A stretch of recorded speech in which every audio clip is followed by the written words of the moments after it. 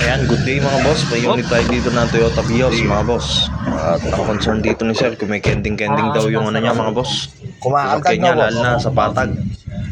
Patag at mabagal yung andar niya mga boss. Hindi ko alam kung gulong ba ito. Wiggle daw. Hindi ko alam yung pang ilalim. Wiggle mga boss.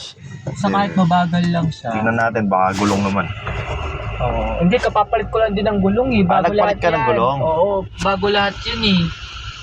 Wala pang isang taon yan eh. 8 months pa lang. Ayan o. Ayan o, bago yung gulong siya. Kumikending, no? Oo, kumikending siya eh. Kaya sabi ko, ano kaya Ayan, ito? Napalitan ko na pang ilalim nito last year eh. Ano lang eh. Oo, boss. Mga June or July. Ayan, o. Di ba? Ano kaya ito? Hindi ko alam eh. Meron bago ng gulong, no? Bago na lahat. Yan, Sige, sir, harap tsaka diretso mo. likod. Harap tsaka likod, pinapalitan ko na lahat. Sabi ko, ano kaya? Baka likod. Sabi ko na bulong.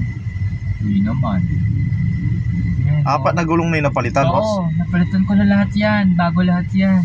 Nauna na itong harapan kasi sabi ko ito yung concern ko sa harapan eh. Oo. Pero yung likod, ano lang, Ayan. mga October, November. Yan, pero bago na siya lahat. Sige, sir, balik mo sa shop. Lilibter ko. Tignan natin yung mga gulong mo ulit, sir. Baka yung nabigay sa'yo, expired. Expired. Pag kasing expired din yung gulong, kahit mukhang bago, sir, madaling ano yan, mahublong. Sabi naman kasi sa akin, baka ano yan, baka bushing na, sabi. Hindi akong bossing yan, sir, sa ano, lubak-lubak. Yan, doon mo marinig. Sa'yo, tuloy-tuloy. Oo. Kahit sa tuwid na daan na yan, no? Yan ang kumikending. Oo, yan ako may kending siya kahit mabagal. Kaya sabi ko, ano ba yun? Tignan natin sa ano, gulong. Baka sa gulong naman yan. Ito yung max ko, gano'n. Hindi, yung gulong mismo. Walang mismo. Check up muna natin. Ayan. Kung papansin nyo mga boss, kahit direct yung daan at mabagal, Okay. para kang para kang nadaan sa rough road. Ganun yung feeling niya mga boss. Bago lang, no? Kaya dito nag-lifter Joke lang, kami sir, no? at pare check up ko yung mga gulong Ayan, no? mga boss. At ito yung nakita natin. May tama yung isang niya mga boss. Ito. Yan, may oblong yung isang gulong niya mga boss. Dito sa driver side.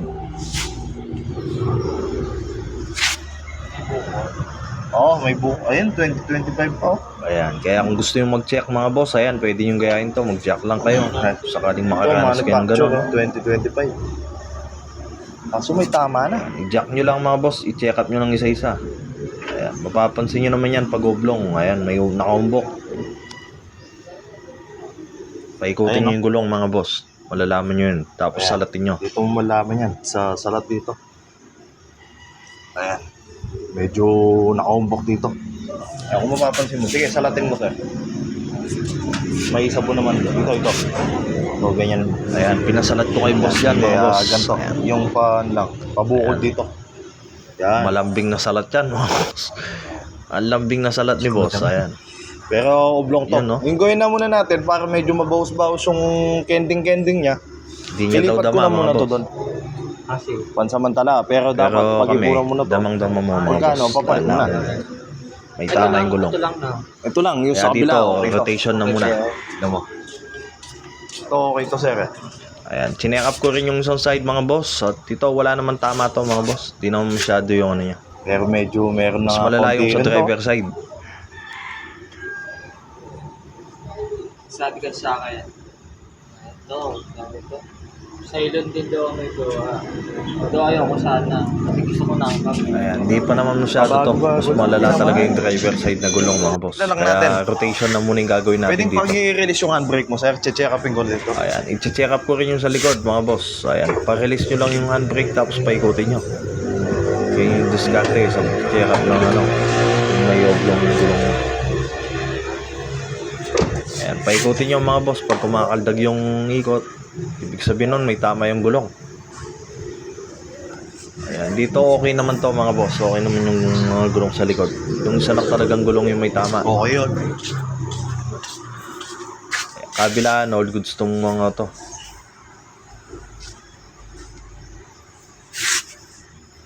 Hindi parehas, no? Bago yung ano, no?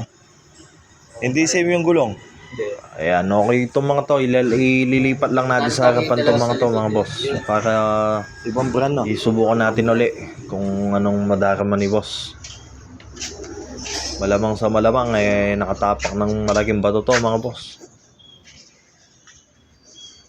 Ayan, nag-rotate muna ako dito mga boss. Ayan. Kabilaan yan, dalawang side. Pinasabay niya na rin yung rotation yun. At dito yan, sinerap ko mga boss. Kaya pala umublong to. Ang tigas ng pagkakahangin nito mga boss. Nasa 42 nung ginage ko dito. Sige boss. Kaya yan, lahat ng gulong mga boss, binabawaan ko. Ginawa ko lahat 32. Ayan, di na ako magtataka kung ba't naublong yun kahit bago. O kaya naman sa kung manufacture na pagkakagawa.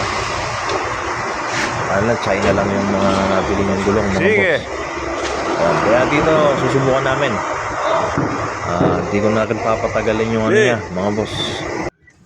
Susubukan na natin dito. Binawasan ko ng hangin yung mga pinagbago gulong. ba? Tataas ng mga gauge. Ilan ko? Yung sa 38. 38? Kasi sa kabilang shop mga boss, pinabili siya ng wheel bearing. Kala niya wheel bearing daw Dapat 32 sira. lang boss. Okay na yan. Nakaka-oblong din yung masyadong matigas. Kaya siguro. Pag nakatama ka ng batong doon, boy, patay. Doon na, magkakabukol na yan. Subukan natin kung nabawas-bawas. Ramdam ko nga medyo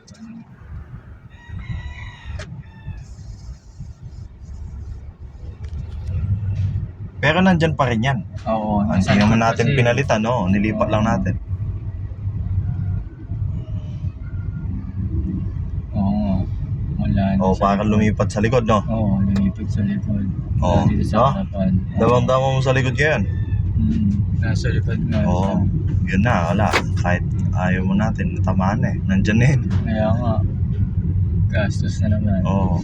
Mga 6 months. Medyo pwede pa naman. Pagtsagayin mo na muna. Likod lang naman na. Oo. Ayan, sa likod ko na nadarama, oh. Oo, sa likod na nga. Hindi na nga Pakinggan nyo mga boss. Likod na, no? Yung kaldag niya sa likod na. Lumipat na kasi nag-rotate lang tayo eh. Hindi kagaya nung nagpalit talaga tayo. Yun, totaling ko lang talaga. Yung kaldag. Oo. Alis na kumpirma natin. Yung mga pangilalim mo, okay pa naman kasi boss eh. Oo, kasi kapapalit ko nga lang din last. Mga pangilalim mo, no? Naka 10,000 ako doon eh. Oo. Sabi ko, puta ka naman. Talaga naman isa ko yun. Oo, maintenance. Talagang alis alam mo na sa Oo. kung anong mga papalitan mo. Gulong. Pero Bumili pa pagtsagayin mo naman na, ako ng bearing. Oo. Pagtsagayin mo na. Wala akong choice eh. Wala pa 1 taon. Oo. Makaasar lang. Wala na. Yun lang, medyo Sa likod tiis-tiisin mo lang yung sa likod. Oo. Sa likod mo na nadarama kayo. Sa likod na wala. Pero di na masyado kasi mas malakas yan pag nasa harapan, boss. Kanina, talagang kaldag na kaldag eh. Damang-dama eh. Kending na kending kanina eh. Ngayon, hindi na masyado. Oo, pero nandyan pa. Di na masyadong kalakas sa kamukha kanina. Akala niya wheel bearing. May bearing ka na dyan. Meron naman. Hindi, stock. Stock mo na muna yun. Okay, pa wheel Stock bearing. ko na lang. Diyan mo na lang, boss. Ito na. Oo. Magkano yung kuya? Sa loob ng office. Sa loob. Diyan mo na. Tutok mo na lang dito. Para hindi ka na mag-maneuver kami. Yan, okay. Kaya Okay. Sabihin mo na lang. Naka-rotate lang yung gulong. Kako yun.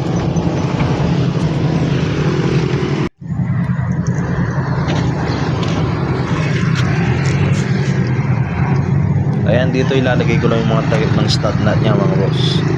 At sinuggest ko na rin kay sir dito na huwag niya na rin papatagalin pa yung isang oblong mga boss. Dahil delikado yan pag na-oblong ng gulong.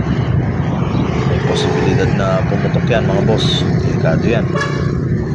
Kaya yun mga boss, kung sakaling maka-encounter kayo ng ganun, may kending-kending,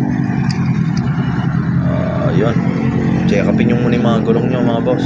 Lalo na sa tawid na daan, kung may kending-kending, nagwi-wiggle, kahit mabagal lang mga boss, check upin nyo lang yung mga gulong nyo, baka may oblong lang sa mga yan. At yung tamang gauge mga boss, may tamang gauge yung mga gulong natin. Huwag nyo masyadong pakatigas masyado. Para hindi tayo magaya dito mga boss. Kabago-bago ng gulong. At yun lang mga boss. Salamat sa panonood at ingat po kayo. God bless.